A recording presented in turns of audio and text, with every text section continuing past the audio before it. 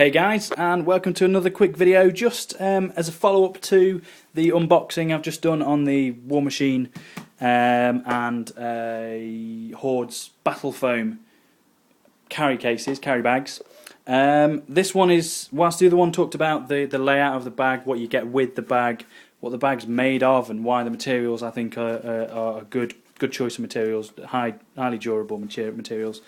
This video is going to focus really on, rather than what's in the bag, is going to focus on why I've decided to start buying these bags, and primarily for any miniature kind of storage or transport bag. It's the foam. So this, let's have a look. So I'm going to do a comparison here. Here you can see what most of you are probably familiar with, or if you've not owned one of these or some of this, you've seen some of it. It's Games Workshop, pretty much the leading company for miniature war games, certainly the most widely known in the market. And this is the foam that comes in their standard carry cases. Sometimes the foam is black or red, but it's always this style of foam. And it does the job. It protects your miniatures. It's, as you can see, it's good thick foam, spongy. It's got a good kind of elasticity is probably not the right word, but it absorbs a lot of shock. It's a very spongy sponge. So your miniatures aren't going to chip, the paint jobs aren't going to wear away really, and it does a good job rattling around your miniatures. They're not going anywhere.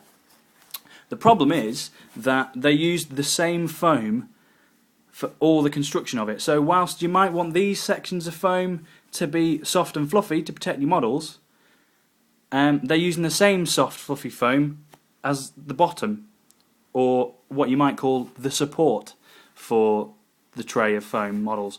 And soft spongy things don't tend to support as well as rigid sturdy things.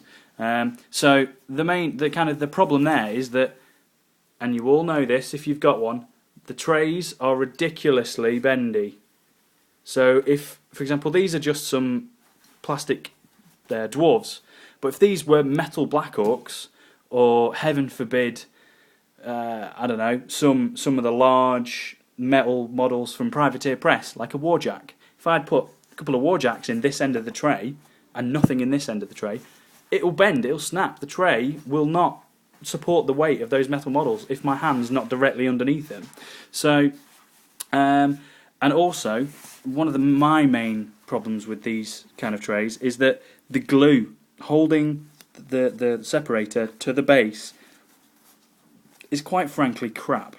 Yeah, in some places it's really good, like across this edge. Before I did the video I checked, that's quite good, but across this edge it's rubbish. So it's just quality control isn't 100%, and their choice of materials for the base of the tray, it was quite frankly flawed. So and to demonstrate this, really all I've got is a kind of an Ultra Pro card deck box, which I think this one's either being used for Magic the Gathering cards or War Machine cards, if I can get it open. Looks like Magic the Gathering. Yep.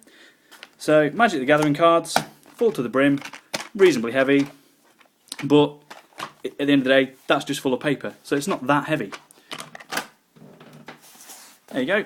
On the edge of your, I'll even be quite nice and put it in reasonably in the middle of the tray. And I go to pick it up from the left-hand side. Tray bends like a, I don't know, like a willow in a hurricane, and just you can't lift it up. The tray bends too much. Battlefoam, same test. Again, reasonably in the middle of the tray. Bit to the right. I'll be a bit more feisty. I'll put it further over to the right. Again, hold it from the far left and lift. Woo! Shocking. Let's try that again. There you go. So, first attempt wasn't great, second attempt, got it. And why can it do that? Why are Battlefoam trays able to support so much more weight than a Games Workshop tray? First off, they can't really bend that much, because they chose to use a different type or different density of foam as the supporting layer on the bottom. So yeah, they've still got, it's pretty much the same as the Games Workshop foam, I would say, as the kind of dividing foam. So you still get the same protection from models rattling around in their little compartments. It's still just as soft. No harm done there. They've just chosen to use a more sturdy type of foam for the base so that it can take more weight, so that models don't drop out or anything like that. It's just a sensible idea. You don't use soft foam for a support structure. End of story, really. And the other thing is the gluing. It's absolutely perfect. I've no doubt that the glue they use is probably the same as what other manufacturers use in their cases, but Battlefoam just seem to have quality control out the wazoo.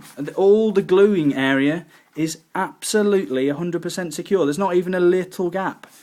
Everything, even the individual ones, they're all perfectly glued. And you can't complain at that. Given how much, I mean, yeah, these cases are quite expensive, but not compared to Games Workshop cases, which we've just seen are pretty, well, they're not in the same league in terms of manufacturing, quality control, and the materials they've chosen, for me, anyway. So, I suppose I'm just kind of, I can't complain about Games Workshop trays. I've used them for absolutely years. But quite frankly, I think personally, for me, there's a better product on the market right now, and you're looking at it. So I fully endorse Battlefoam products. I wouldn't hesitate to any of my friends to go out there and pick them up. They are amazing. And thankfully, they've just announced that they're releasing or are starting up a UK-based manufacturing and distribution centre down in London. So it won't take us 5 months to get the bags across from America like it did for me with these. So happy days for us lot in Europe. So yeah, thanks again for watching. I hope I've explained adequately why these trays I think are better than the standard ones that everyone's aware of on the marketplace. And they come in different varieties as well. You don't just get the same bog standard ones. You can get stuff for bigger models, stuff for massive models, stuff for small or normal models. They've just used their heads. That's all it needed. All it needed. So, yeah, happy days. So yeah, combined with the unboxing review of the bag itself, I hope this has given you a pretty good view of the bag and the trays that come with it, and the reason I've switched over to buying these bags as opposed to any other manufacturers out there. So there you go, trays in, zip it up, sorry about my finger in the shot there, job done, sexy bag, end of story.